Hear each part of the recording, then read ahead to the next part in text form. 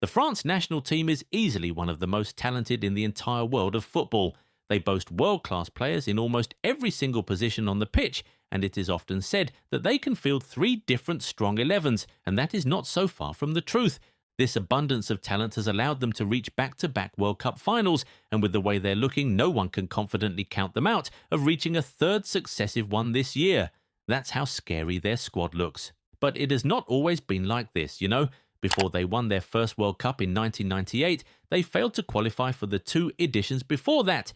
But in 20 years, they have managed to turn everything around to become one of the most feared nations in football. But the big question now is, how does France produce so much talent? Well, first of all, it comes from years of strategic planning and investment. When you look at how everything panned out, you would see that none of this success they're enjoying right now is a coincidence. You see, in 1988, France opened the Clare Fontaine National Football Institute, and that was the start of something new. It didn't yield instant results, as the national team failed to qualify for the 1990 and 1994 editions of the World Cup. But after a decade of consistent investment into the grassroots, they finally started to see returns.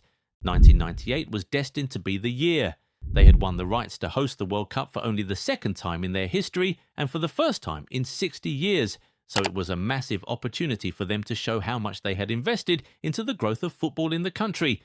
And well, they grabbed that opportunity with both hands. The 1998 France squad had a host of very talented young players, including Zinedine Zidane and Thierry Henry.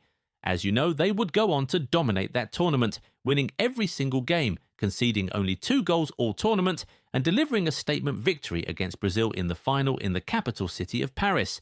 This announced them as a powerhouse in football, and they could credit some of this to the Clare Fontaine Institute, which was opened a decade earlier. They continued on that path, going on to win the Euros in 2000 as well. This made them the first nation to win the Euros as reigning world champions. At this point, they were on top of the world and were the most feared footballing nation on the planet. More so because one of those young players at the 1998 World Cup had now grown to become the FIFA World Player of the Year.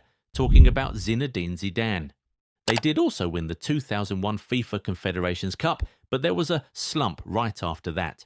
They failed to make it out of their group at the 2002 World Cup and were shockingly knocked out of the 2004 Euros by underdogs but eventual winners Greece. At this point, a lot of the old guard were starting to retire, which saw a slump in the quality of the national team, and they were at risk of missing out on the 2006 World Cup. This forced Raymond Domenech, the coach at the time, to convince top players like Zidane to come back from retirement. With the experienced players back, France not only qualified for the World Cup, but went all the way to the final, knocking out world powers like Spain, Portugal and Brazil on their way. They were favourites to win the final against Italy, but they ended up losing on penalties following Zidane's red card in extra time. That, as far as many were concerned, was the end of a golden generation. They experienced a decline in the immediate aftermath of that World Cup campaign. They failed to make it out of their group at Euro 2008 and only qualified for the 2010 World Cup due to a controversial handball by Henry in the playoff game against the Republic of Ireland. Anyway, the team would go on to absolutely implode at the tournament in South Africa, finishing last in their group after a massive dressing room falling out between the players and the coach.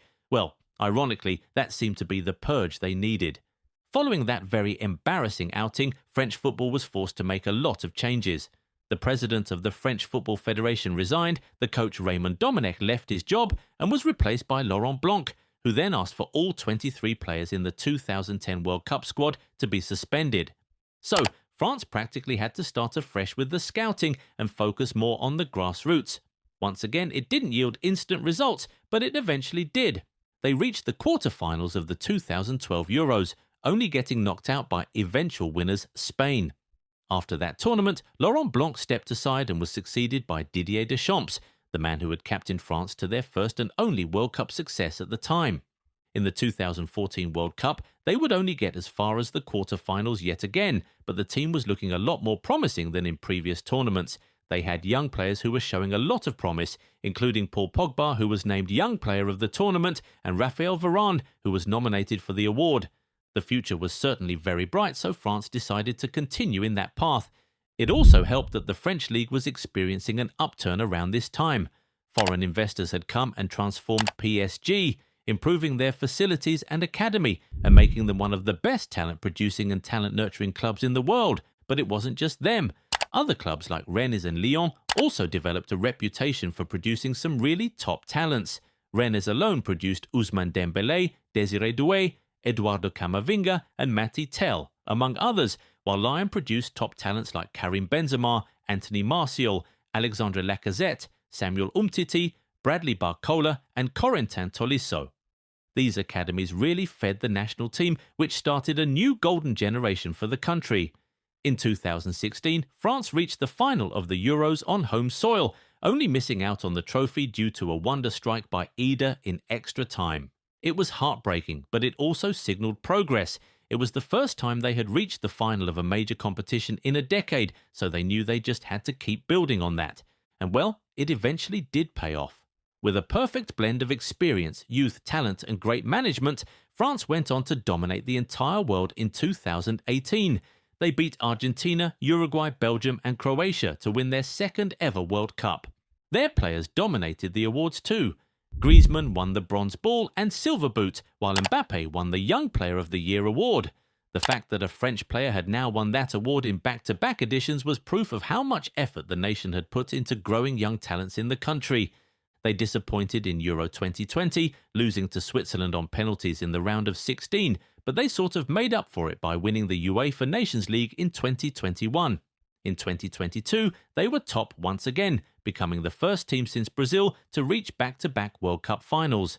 It looked like they were going to get blown away by Argentina in the first half, but they had enough character, determination and of course talent to mount a very impressive but also very unlikely comeback in that game. They would eventually lose on penalties, but once again they dominated the awards. Mbappe won the Golden Boot and Silver Ball, while Giroud won the Bronze Boot. Now, here's where it gets very interesting. The cyclical nature of football suggests that France should be on something of a decline right now, especially after they lost a bunch of top players following the 2022 tournament. Lloris, Griezmann and Varane retired from international football, and of course, they no longer had Benzema and Pogba for one reason or another. But France now produces so much talent that these players were very easily replaced. But it's not just the fact that they have players, it's also about how they have carefully integrated them into the team over the years. This way, when the older players step aside, there's a smooth transition, and we're seeing this exact thing right now. Young players like Warren Zaïre-Emery, Malo Gusto, Ryan Cherki and Désiré Doué are now regulars in the squad, so when the older players step aside, it will be very easy for them to step in and replace them smoothly. This is the result of careful planning and strategizing over the years. And it's the same in the managerial positions as well. Instead of a sudden change of coaches every now and then, there's a more carefully thought out process in place right now. For a couple years now, we've all known that Deschamps will step down after the 2026 World Cup and will most likely be replaced by Zinedine Zidane. Smooth transitions like this really help maintain the stability of the squad, which is something that was missing in the 2000s and 2010s. Long story short, France's vast population naturally means that they will produce a lot of talents, especially with how big football is among the populace. But on top of that, they have put proper systems in place and have made smart investments through the years, both at club and national team level. And this is exactly how they've been able to produce top talents across generations. Right now, France have arguably the strongest national team in the world, the reigning Ballon d'Or winner, reigning European Golden Shoe winner, and the reigning Golden Boy. This team is very scary, and you can hardly see what's stopping them from reaching their third straight World Cup final this year. But do you really think they can do it? Can France win the World Cup for the second time in 3 editions? How far do you think they can realistically go in the North American showdown this summer? Get in the comments and talk to us. If you enjoyed this video, give it a thumbs up and subscribe to the channel. Also, turn on the bell notification so you never miss out on new content. Catch you in the next one. Bye.